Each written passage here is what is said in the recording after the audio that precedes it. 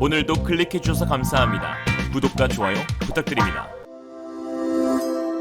Realism. 한국항공산업의 수건산업 KF-21에 결함이 발생했다는 소식이 전해지면서 주변국인 중국, 일본뿐만 아니라 공동개발국인 인도네시아에서도 결국 한국형 전투기 개발 사업에 차질이 생겼다는 의견이 제기되고 있습니다. 이 같은 소식이 처음 전해진 곳은 국내 언론사의 모 국방 전문기자로부터였는데요. 지난 12일 작성된 KF-21 비행시험 중 이딴 결함 발생, 카이 리스크 대응 성공할까라는 제목의 기사에 따르면 KF-21 시제기는 1, 2차 시험 비행 성공 이후 내리 3번의 시도 가운데 한 번도 제대로 이륙하지 못했다며 총 비행 시간은 1시간 남짓에 불과하고 그마저도 음속 이하의 속도에서 결함이 나타났다고 했습니다. 그러면서 이번 3차 시험 비행에서는 활주로 주행 중 특정 시스템의 이상이 감지되어 비행 판정 불가를 받았고 4차 시험 때에는 이륙에는 성공하였으나 3차 때와는 또 다른 시스템 오류가 발생해 그 즉시 착륙했으며 5차 때는 테스트 파일럿의 코로나 감염으로 연기되었다고 했습니다. 이 같은 보도 직후 카이는 입장문을 내고 항공기 비행 시험을 전혀 이해하지 못한 과장된 기사로 비행시험 과정에서 검증하고 개선하는 과정을 마치 큰 문제가 있는 것처럼 왜곡된 기사를 보도하는 것에 대해 매우 유감스럽게 생각한다면서 안전 검증을 위한 필수적인 단계이자 자연스러운 과정이라고 일축하였습니다. 즉 KF-21이 수행하는 초기 비행 시험은 항공기가 안전하게 비행 가능한지를 검증하는 단계로 항공기와 각종 센서류가 서로 안전하게 상호작동, 운영되는지를 확인하는 단계이고 이에 항공기 개발 과정에서 필수적인 과정이라는 것입니다. 그러면서 KF-21 개발 관련 반복해 왜곡하거나 과장된 사실을 기사로 보도하는 것에 대해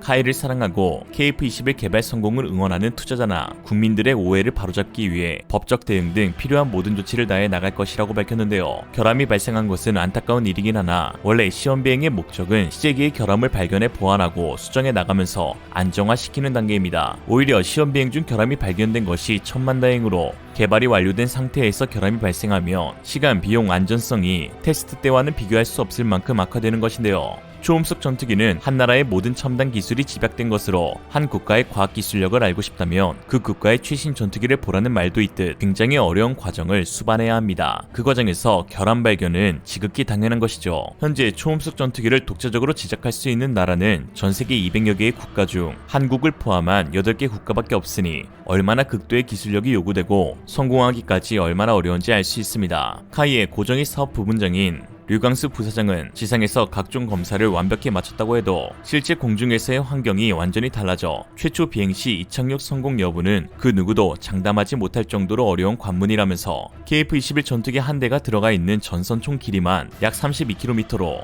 이 중 단 한 가닥이라도 결함이 발생하면 보라매는 뜨지 못한다고 했습니다. 사실 개발 착수 당시 카이가 보유한 개발 경험 인력은 200명 남짓으로 1000명 이상의 신규 인력과 함께 개발을 수행하면서 최초 비행을 성공적으로 해낸 것을 두고 미 로키드 마틴사는 기적에 가까운 일이나 마찬가지라고 말하기도 하였는데요. 더욱이 엔진기체 적합성 시험 전 일부 장비의 납품이 지연되는 바람에 예상보다 5개월이나 늦게 엔진 시험을 가동하였지만 카이는 독자적인 기술인 아이언버드를 접목해 다양한 리그 시험을 거쳐 문제점들을 조기에 발견할 수 있었고 이로써 중간 설계 수정 없이 3개월 만에 최초 비행에 성공할 수 있었던 것이죠. 이런 과정 속 노력은 외면한 채 그저 시험 비행에서 결함이 발견되었다며 카이의 행보가 우려스럽다는 주장은 국민 누구도 쉽게 납득하기 어려울 것입니다. 당연하겠지만 완벽한 설계는 있을 수 없기에 시험을 통해 설계를 보완하고 비행 성능을 최적으로 세팅해야 하는데요. 최첨단 임무통제실에서 엔지니어들이 실시간으로 데이터를 모니터링하고 조종사와 통신하면서 단계별 비행 조작을 수행하는데 이때 비행기에서 실시간으로 송출하는 데이터가 무려 5천여 개가 넘습니다. 거기에 KF-21에는 3만여 개가 넘는 부품이 들어가고 그 가운데 7,000개의 구조물, 500개의 전자장비 등이 제 성능을 발휘하는지 확인하는 데 시간이 필요한데요. 아기가 걸음마를 하기 위해 단계적으로 자리에서 일어서고 걷고 달리기 타듯 KF-21도 이제 걸음마를 하기 위해 자리에서 일어선 단계입니다. 갓 걸음마를 뛴 아이한테 왜 넘어지냐고, 왜 내 발로 서냐고, 왜 옆집애처럼 뛰지 못하냐고 하기에는 너무 가혹하다는 것이죠. 그 옆집에도 처음에는 우리 집 애보다 훨씬 많이 넘어졌습니다. 전세계 베스트셀러 전투기이자 인류 역사상 가장 많은 사업비 무려 1조 7천억 달러 예산이 투여된 F-35도 개발 29년 차를 맞았음에도 불구하고 현재까지 계속해서 결함이 발생하고 있습니다.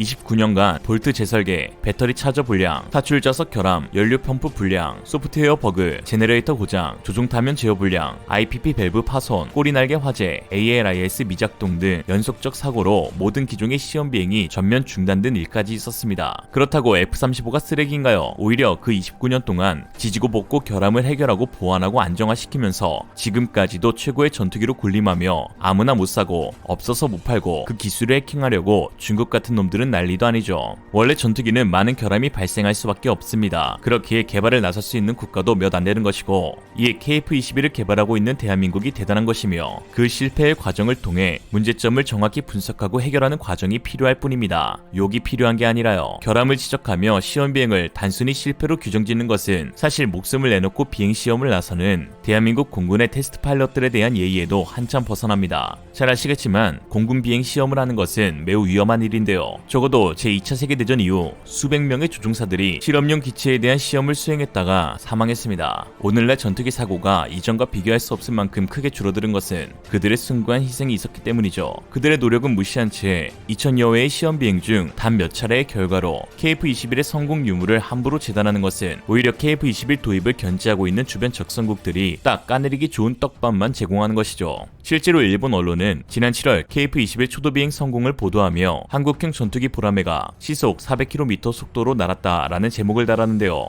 역시나 일본 네티즌들은 시험 비행의 특성을 무시한 채 4.5세대 전투기가 일본군 2차 대전 당시 제로센 전투기보다 느리다며 온갖 야단 법석을 떨었습니다. 당시 일본 네티즌들은 전투기가 제로센보다 느린 것이 놀라움, 제로센보다 느리다, 보잉이나 에어버스 등 여객기에도 추월당하는 한국 전투기, 신칸센과 경쟁할 수 있는 한국의 매우 느린 전투기라며 근거 없는 악플을 남기기도 했죠. 모르면 좀 다물어야지. 시제기 첫 비행에서는 최고 속도를 확인하지 않습니다. 초기에는 이착륙 같은 항공기 안전성을 확인하는 데 주력하죠. 지극히 당연한 비행시험에서의 과정을 문제로 확대시킨 탓에 공동개발국인 인도네시아와의 아직 끝나지 않은 협상에서 불리한 위치에 처할 수 있는 여지도 생길 수 있는데요. 현재 인도네시아는 시제기를 건네받지 못한 상황에서 한국 언론들의 기사에 매우 주목하고 있습니다. 자국이 분담금을 미납하는 이유에 대해서도 직접적으로 한국 언론사의 이름을 거론하며 한국 언론은 팜유가 건강에 좋지 못해서 받아들일 수 없다고 한다라거나 인니의 라팔 도입으로 KF-21 사업이 실패할 수 있다라는 기사들을 쏟아낸 전력도 있습니다. 실제로 지난해 4월 KF-21 시제기 출고식 이후 한국의 한 언론은 KF-21 엔진과 착륙 기어를 포함한 KF-21 시제기의 대부분이 해체되었다고 보도했습니다. 방위사업청은 개발 과정에서 반드시 필요한 이미 사전에 계획된 분해였다고 밝혔지만 이미 퍼져나간 기사는 인도네시아 측에 한국이 KF-21 개발 진척 상황에 대한 문제가 생겨 그만큼 대대적인 분해가 필요한 것이라는 억측을 낳게 하였죠.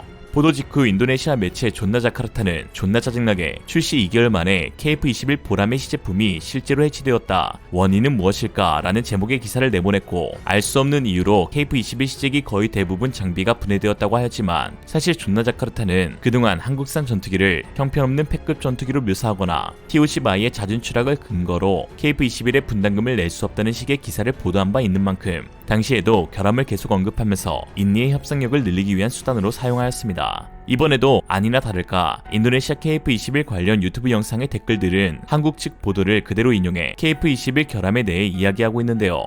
인도네시아 네티즌들은 벌써부터 결함이 발생했다는 것은 한국의 기술력이 도달하지 못했다는 것, 역시 F-16을 구매하는 것이 더 나은 선택이었던 것 같아 한국이 시제기를 보내지 못했던 것도 알고 보니 결함이 많아서였군. 한국은 결함 기체를 만들어 개발에 성공하지 못한 대가로 인도네시아의 개발진들의 모든 참여를 허가하고 그동안 미납된 분담금을 받지 않아야 한다 라는 어처구니 없는 반응을 보이고 있습니다. 사사건건 KF-21을 비롯해 TOC-마이, DSM이 잠수함 등 문제를 제기하고 있는 인도네시아의 질린 국내 네티즌들은 KF-21의 단독 개발을 요구하고 있는 상황입니다. 이런 상황 가운데 지난 10일 KF-21 분담금 관련 의미 있는 진척이 있었는데요. 우리나라가 인도네시아 분담금 미납 문제와 관련해 이르면 이달 중 계약서 수정을 요구했다는 것입니다. 이번 계약서 수정안에서는 현물이 아닌 100% 현금으로 분담금을 지급해야 한다는 내용을 명시한다는 것인데요. 정부 관계자는 현금이 중요하지 현물은 중요하지 않다라고 밝히기도 하였습니다. 인도네시아 측에 새로운 제안을 하기로 한 것은 인도네시아에서 먼저 제기될 문제를 사전에 차단하겠다는 카이의 전략으로 보이는데요.